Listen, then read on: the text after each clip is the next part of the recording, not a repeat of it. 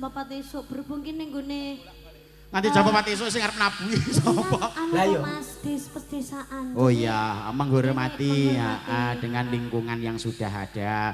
Karo ngene Pak Susilo kuwi kok sing ngrewang kabeh ya iso kesel barang. Wis iki mau hiburane seminggu toh keri dhewe mayang. Iki jane opo iki? Manten. Oh manten. Binarung swaraning pradangga mung nyohang rangin katon jumblegring kaya maesa. Neng belum.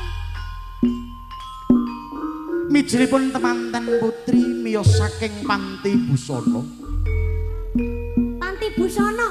Kowe iki dadi muane. Kembar mayang. Katon galeah-galeah. Tindakira Sri Pinanganten Sarimbit. Nek sing dadi lanange sapa? Nyoblos goblok. Katon Sumplorot Cahyaning.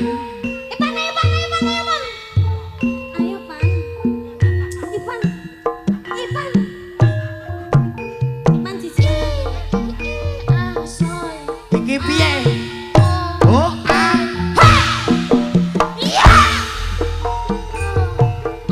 Nun sewu dumateng para pamirsa. Niki mantene kena penyakit anu. Wah, lah wong hop. Mantan aku temokne. Mantan yo fisik. Wong manten iso ditabi kebo giro iso.